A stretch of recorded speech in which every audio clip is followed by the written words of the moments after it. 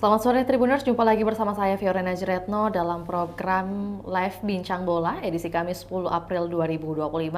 Dan tentunya informasi mengenai PSM Makassar akan menghadapi Semen Padang dalam pekan ke-28 Liga 1 2024-2025 di Stadion BC Habibie Kamis hari ini. Tepatnya beberapa saat lagi akan berlangsung laga antara kedua tim. Dan juga PSM Makassar kini menempati peringkat ke-8 klasemen Liga 1 2024-2025 dengan 40 poin. Meski berada di papan atas, PSM belum aman dari zona degradasi. Juku Eja butuh tambahan poin saat menghadapi Semen Padang. Dan untuk mengulas hal tersebut, kita sudah mengemas perbincangan kita dengan tajuk duel PSM versus Semen Padang ngotot 3 poin.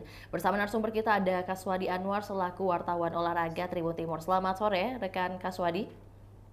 Iya, selamat sore Vio. Ya, baik. Dapat Anda sampaikan terlebih dahulu mungkin dari pantauan Anda sebenarnya bagaimana kesiapan PSM Makassar mungkin jelang laga kontra Semen Padang hari ini, sore hari ini tepatnya. Iya, tentu saat ini para pemain telah melakukan persiapan untuk melakukan pertandingan jelang kick off. Mungkin 30 menit ke depan mereka saat ini tentunya sedang melakukan pemanasan di jelang pertandingan dan tadinya juga sudah keluar dari susunan pemain dari kedua tim. Kita tahu bahwa PSM Makassar turun dengan full squad demi meraih 3 poin di hadapan pendukungnya sendiri di Stadion BJ Habibie, di mana kita tahu bahwa PSM sekarang berada di posisi 8 klasemen dengan 40 poin. Dan ketika memang menang nantinya atas Semen Padang, mereka akan naik ke peringkat 5 besar klasemen, memiliki poin sama dengan Malut United. Dan adapun tadi susunan pemain dari PSM, yakni tidak ada perubahan dengan formasi sebelumnya, dengan tetap menduetkan Nermin Haljeta dan Balotelli sebagai ujung tombak serangan. Kemudian Reza yang sempat diragukan absen karena cedera telah dipastikan akan menjaga gawang PSM dari kebobolan saat melawan Semen Padang. Di lain sisi, Semen Padang sendiri turun dengan skuad pincang. Ada 3 pemain pilar yang dipastikan absen karena cedera maupun uh, akumulasi kartu merah. Dan meski begitu telah disiapkan juga pemain pengganti dari pemain yang absen tersebut, utamanya karena mereka merupakan pemain bertahan, yakni salah satunya yakni Tim Martic. Dan untuk lini depan Semen Padang sendiri itu mengandalkan duet Bruno Gomez dan Galapagamo. Kita tahu Bruno Gomez telah mengoleksi 6 gol.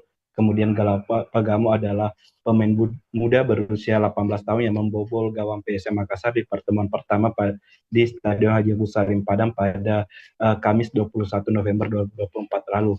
Dan tentu dari Semen Padang sendiri tidak mau jauh-jauh datang ke Parepare hanya membawa 1 poin ataupun tidak meraih poin pun.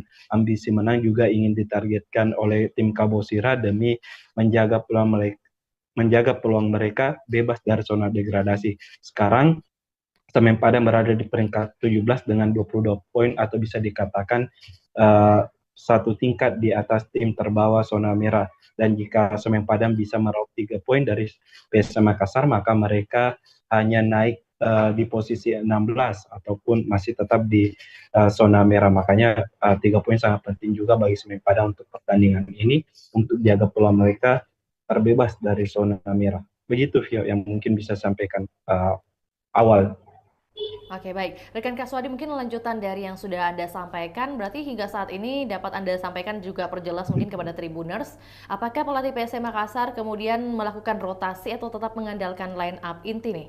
Dan mungkin secara taktik apa yang bisa diharapkan dari skema permainan yang dilakukan dalam laga ini? Ya, kalau kita melihat komposisi pemain PSM Makassar sendiri, sebenarnya uh, line up yang diturunkan ini hampir sama dengan beberapa pertandingan sebelumnya, khususnya di Liga 1 2024-2025. Namun yang membedakan adalah dari skema yang dimainkan, di mana jika sebelum-sebelumnya PSM Makassar bermain dengan formasi 4-1-4-1 ataupun 4-3-3, namun kali ini mereka bermain dengan 4-4-2, di mana Reza di bawah Mister Gawan, kemudian 4 benteng pertahanan diisi oleh Yuran Alosioneto, kemudian Syahrul Sinari dan Victor Luis. Yang terlihat berbeda di formasi PSM kali ini, yakni di lapangan tengah, di mana biasanya PSM Makassar mengisi Akbar Tanjung sebagai pemutus serangan dan Latirval maupun Daisuke atau Daisuke dengan Ananda Rehan duetkan menjadi pengatur ritme permainan di lapangan tengah. Nah, di sini di line up kali ini lawan Semen Padang, Bernardo Tavares hanya menduetkan Daisuke Sake dan uh, Akbar Tanjung sebagai pengatur dan penyeimbang lini tengah. Justru mereka memperkuat di sektor sayap dengan memainkan uh, Rizky Eka dan Victor Detan sebagai penyokong dari lini tengah. Kemudian di sisi sayap sendiri, kemudian ada kemudian di lini serang itu ditandemkan Nirmin Haljeta dan Balotelli. Kita tahu bahwa dua striker ini cukup tampil menjanjikan dan sudah mengemas sekitar 11 gol dari uh, total dari dua pemain ini. Di situ mungkin titik perbedaannya jika sebelum-sebelumnya mengandalkan satu striker juga dan menumpuk mungkin agak renggang di lini tengah, kini menumpuk pemain di lini tengah dan memakai dua striker. Begitu, Vio. Kan Kak Sodi, berdasarkan pengamatan Anda mungkin atau juga pembacaan dari formasi yang akan digunakan PSM Makassar, apakah Anda melihat PSM Makassar akan bermain ofensif sejak menit awal atau mungkin sedikit cenderung berhati-hati nih? Ya, kalau secara mungkin sebagai tuan rumah tentu mungkin PSM akan bermain lebih agresif untuk mencari gol pembuka lebih awal karena dengan gol pembuka lebih awal khususnya di 15 menit awal pertandingan itu akan meningkatkan motivasi dan kepercayaan diri pemain dan di lain sisi bagi lawan gitu, kebobolan di 15 pertandingan itu akan langsung meruntuhkan mental mereka. Kita tahu bahwa PSM akan didukung ribuan supporternya tentu dengan taktik 4-4-2 yang disiapkan oleh Bernardo Tavares dengan dua lini serang cepat Rizky Eka kemudian Victor Detan ditambah dengan dua striker yang dipasang di depan pasti Bernardo Tavares akan bermain lebih agresif. Namun kita tahu bahwa selain bermain agresif itu PSM juga memiliki ritme permainan tersendiri ketika 15 menit awal cenderung menyerang, kemudian 15 menit kedua atau 30 menit kedua itu mereka akan lebih bertahan untuk mengatur ritme permainan. Itu juga sekaligus untuk mengatur stamina maupun fisik pemain agar tidak terkuras nantinya. Begitu, Vio. Rekan Kaswadi mungkin mengenai tim lawan dalam hal ini Kabau Sirah sapaannya dari Semen Padang sendiri yang menjadi Ya, keunggulan mereka untuk hadir di tuan rumah Kota Parepare seperti apa yang Anda amati? ya sebenarnya kalau kita lihat secara permainan Semen Padang ini maupun PSM ini memiliki cara permainan yang sama, apalagi dilatih oleh dua pelatih asal Portugal yang memang pragmatis dalam sepak bola, yang mengandalkan permainan bertahan, kemudian andalkan compact defense. Dan di sesi pre-match konferensi pers pada kemarin sore, pelatih PSM Bernardo Tavares memang sudah mewanti-wanti anak asuhnya untuk mewaspadai transisi menyerang ataupun serangan balik cepat dari Semen Padang. Kita tahu bahwa ketika PSM Makassar bermain imbang 1-1 di pertemuan pertama di Stadion Haji Agus Salim, PSM Makassar kala itu kebobolan lewat serangan balik cepat di mana perpindahan bola dari Semen Padang sangat cepat dari kanan kemudian ke kiri kemudian umpan silang ke depan gawang yang mampu diselesaikan oleh Galapagamo kala itu. Dan Bernardo Tavares tentunya membaca situasi ini dan telah mengantisipasinya di sesi latihan kemarin dengan menerapkan pressing tinggi dan compact defense juga untuk mematikan dari serangan uh, Semen Padang. Dan kita tahu bahwa yang akan menjadi motor serangan dari Semen Padang adalah Chabi yang gelandang nomor 7 di mana dia telah mengemas 3 assist kalau tidak salah di uh, musim ini padahal dia direkrut di putaran kedua. Kemudian ada Bruno Gomez yang telah striker tajam yang juga didatangkan di putaran kedua telah mengemas 6 gol ditandemkan dengan striker muda House Gol Galapagamo. Mungkin itu, Vio. Tadi yang disampaikan rekan Kaswadi beberapa kalimat terakhir adalah bagaimana mungkin tantangan yang berpeluang menjadi tantangan bagi PSM Makassar dalam menghadapi permainan melawan Semen Padang. Nah, kalau untuk terkait sejauh mana mungkin peluang atau juga peluang PSM meraih 3 poin dengan faktor sebagai tuan rumah nih, seberapa besar pengaruh hal tersebut? Ya, tentu faktor tuan rumah ini sangat menguntungkan bagi PSM Makassar sendiri karena dengan kehadiran mungkin dukungan ribuan supporter yang hadir langsung di pinggir lapangan itu akan meningkatkan motivasi para pemain, apalagi mungkin dengan pertandingan yang berlangsung pada sore hari ini tentu juga menguras fisik para pemain. Dengan kehadiran supporter itu sebenarnya dalam sepak bola itu memberikan energi banyak ketika para pemain mungkin mulai kelelahan, tetapi dengan nyanyian, koreografi yang ditampilkan para supporter dari pinggir lapangan, para pemain akan selalu akan meningkatkan semangat ataupun akan kembali berlari melawan kelelahannya tersebut dengan motivasi nyanyian para supporter yang mereka tak ingin kecewakan dengan hasil imbang tentunya atau apalagi kalah. Tentu kemenangan menjadi poin penting bagi PSM Makassar, mengingat juga 3 poin bagi PSM Makassar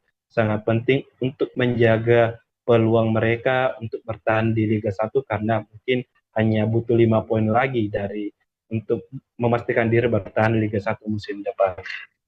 Itu ya. Oke, baik. Rekan Kak Swadi, mungkin bagaimana informasi yang Anda dapatkan mengenai jumlah tiket yang berhasil diperjualkan pada pertandingan hari ini? Ya, kalau dari uh, Pampel sendiri bisa saya jelaskan bahwa mereka menyiapkan 6.700 tiket untuk pertandingan Semen Padang melawan PSM Makassar. Namun jumlah tersebut terbilang menurun dari 2 pertandingan dilakoni PSM Makassar, baik itu di Liga 1 ketika melawan Persebaya sekitar 8.000, kemudian saat melawan Kon-An Hanoi di Asian Club Championship di semifinal itu ada sekitar 7.100 lebih penonton, namun kali ini hanya 6.700 terjual dan untuk tiket sendiri sampai saat ini belum ludes terjual karena memang dari Panpel sendiri mengatakan bahwa untuk laga ini sangat antusiasnya sangat berkurang, penyebabnya karena berlangsung di hari kerja, kemudian bukan di akhir pekan, ditambah lagi bermain di sore hari. Mungkin kalau untuk jumlah tiket pastinya itu biasanya nanti akan diumumkan oleh panitia pelaksana ketika jeda babak kedua ataupun ketika 15 menit pertandingan berakhir baru bisa diketahui jumlah pasti dari penonton maupun tiket yang terjual dari pertandingan PSM Makassar melawan Semen Padang. Namun mungkin secara perkiraan mungkin hanya akan berada di angka 3.000 ataupun 4.000 penonton saja. Berarti untuk menaikkan semangat para supporter yang mungkin nanti menyaksikan secara virtual, rekan Kaswadi, diprediksi, mungkin menurut rekan Kaswadi yang diprediksi menjadi game changer dari kedua tim, masing-masing tim itu ada siapa saja? Iya, kalau kita melihat dari pemain kunci kedua tim, ya pastinya mungkin titiknya berada di pertama di PSM pastinya Kapten PSM Yoran Fernandes. Kita tahu bahwa Yoran memang sebagai pemain berposisi bertahan dan memiliki pembacaan permainan yang bagus, ditopang lagi mampu membantu serangan utamanya dalam gol-gol skema bola mati. Terbukti ketika PSM Makassar di laga terakhir di Stadion B.J. Habibie, Yoran Fernandes menjadi bintang kemenangan dengan gol tunggalnya lewat sundulan memanfaatkan tendangan pojok Victor Luis. Di lain sisi, kalau kita melihat Semen Padang sendiri itu memiliki Bruno Gomez yang merupakan sosok penyerang. Bruno Gomez ini cukup tajam dengan 6 gol yang telah ditorehkan musim ini meski baru direkrut di putaran kedua. Tentu adaptasi Bruno Gomez dengan uh, sepak bola Indonesia ini cukup bagus, ditambah lagi dengan pergerakannya yang cukup dinamis, dipastikan akan merepotkan mungkin lini pertahanan dari PSM Makassar. Mungkin itu, Vi. Oke, baik. Berarti menyambung dari yang disampaikan rekan Kaswadi, Anda sendiri menilai chemistry dari masing-masing pemain PSM Makassar saat ini apakah sudah cukup solid atau masih inkonsisten menurut Anda? Iya, kalau kita sebenarnya berkaca di laga terakhir PSM Makassar di Kon-An Hanoi di leg pertama semifinal, mungkin sepekan lalu sebelum melawan Semen Padang ini, chemistry PSM itu sangat bisa dikatakan kurang baik, khususnya ketika melakukan serangan balik ataupun membangun serangan dan ketika ingin memasuki garis 16 pertahanan lawan, itu ketika menyerang maupun memberikan umpan kunci itu selalu gagal dan para pemain selalu tidak terlihat memberikan akurasi umpan yang bagus dan pergerakan temannya sendiri sulit untuk dibaca. Dan dalam sepekan ini kalau kita pantauan saya sendiri di Stadion Kalego selama latihan PSM Makassar, hal inilah yang coba dimatangkan ataupun dibenahi oleh pelatih PSM Bernardo Tavares selama sepekan terakhir, di mana lini serang benar-benar uh, dimatangkan dengan akurasi umpan, dengan pergerakan satu sama lain maupun dengan chemistry antar pemain yang dibangun lewat wall pass, lewat umpan terupas dan maupun dengan umpan-umpan silang yang coba dimanfaatkan untuk berujung gol. Tentu kita berharap dengan uh, latihan yang digelar selama sepekan ini bisa membuahkan hasil bagi PSM dan bisa menampilkan memang permainan yang sesuai hasil latihan selama sepekan terakhir. Baik. Terakhir rekan Kaswadi, mungkin sebelum kita menutup dan juga teman-teman Tribuners bisa ikut menyaksikan pertandingan laga di sore hari ini yang akan dimulai 16.30 waktu Indonesia Tengah. Terakhir menurut rekan Kaswadi dan juga mungkin boleh ditekankan seberapa besar mungkin peluang PSM untuk mengamankan 3 poin di pertandingan ini? Ya, kalau kita memprediksi sendiri bahwa dengan PSM Makassar bertindak sebagai tuan rumah, kemudian melihat head to head dari pertemuan kedua tim, kita tahu bahwa PSM ketika menjamu Semen Padang sejak era Liga 1 2017 itu selalu meraih kemenangan di kandang. Pernah di musim Liga 1 2017 menang 4-0 meskipun kala itu masih berlangsung di Stadion Matuangi, kemudian di 2019 PSM Makassar menang 2-1. Tentu dengan catatan head to head pertemuan kedua tim ditambah dengan kehadiran supporter, tentu mungkin bisa dikatakan PSM Makassar berpeluang menang 60% berbanding 40 dari Semen Padang. Begitu, Pi.